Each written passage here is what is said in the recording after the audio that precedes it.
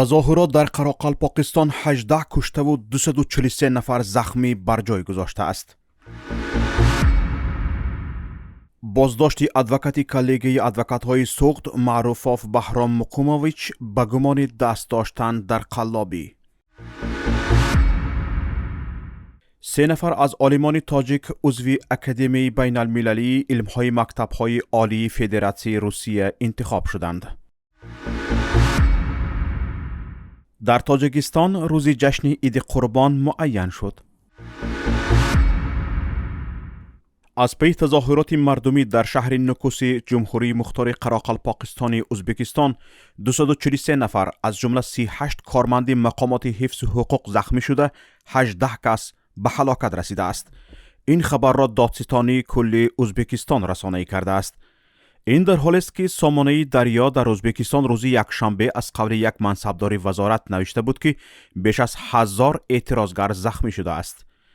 دوران جمعه نظروف سردار خدمات اطلاعاتی گارد ملی این کشور صبح امروز به رسانه‌ها گفته بود که در جریان بی‌ترتیبی‌های مذکور 516 کس دستگیر شد. نسبت به بعضی آنها تفتیشات ادامه داشته، عده به جوابگری مأموری کشیده شده اند.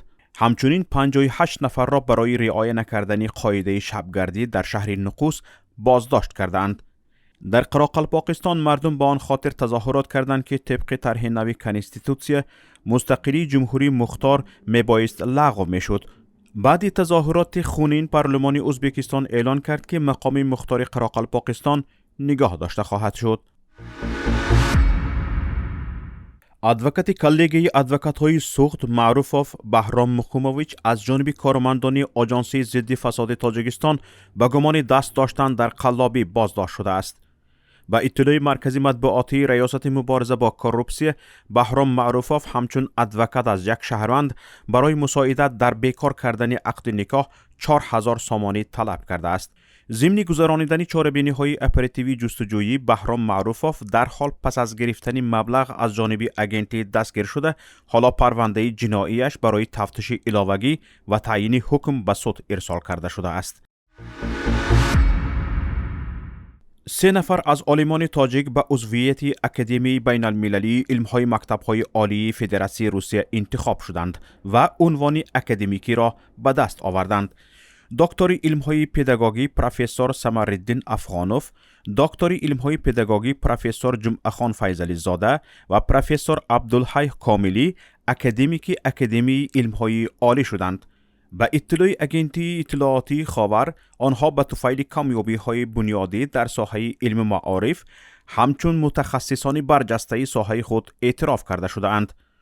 قابل ذکر است که اکادمی بین المللی علم‌های تحصیلات عالی در روسیه قرارگاهش در مسکو جایگیر بوده.